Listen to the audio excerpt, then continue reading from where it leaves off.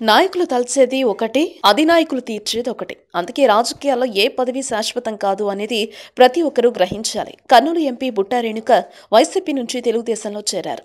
టెక్నికల్గా ఏ ఇబ్బంది రాకుండా ఆమె పార్టీలో కొనసాగుతున్నారు.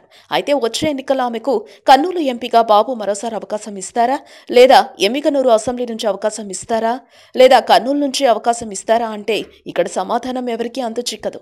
తెలుగుదేశం పార్టీలో సీట్లు అంత సులువుగా ఎవరూ గెస్ చేయలేరు. బాబు ఆలోచన ఎవరికి అంతు చిక్కదు. అయితే ఎమ్మిగనూరు నుంచి సిట్టింగ్ ఎమ్మెల్యేకి బాబు టికెట్ అని ప్రకటించారు.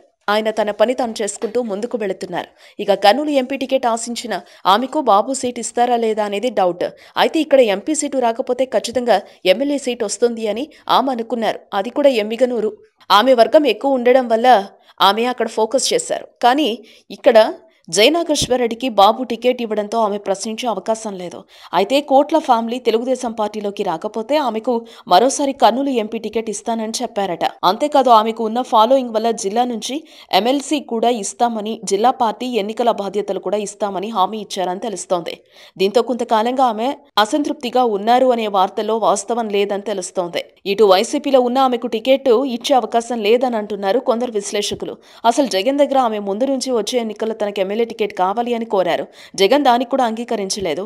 ఆమె టీడీపీలోనే కొనసాగుతారు అని బయట జరుగుతున్న ప్రచారం అవాస్తవం అని అంటున్నారు టీడీపీ శ్రేణులు.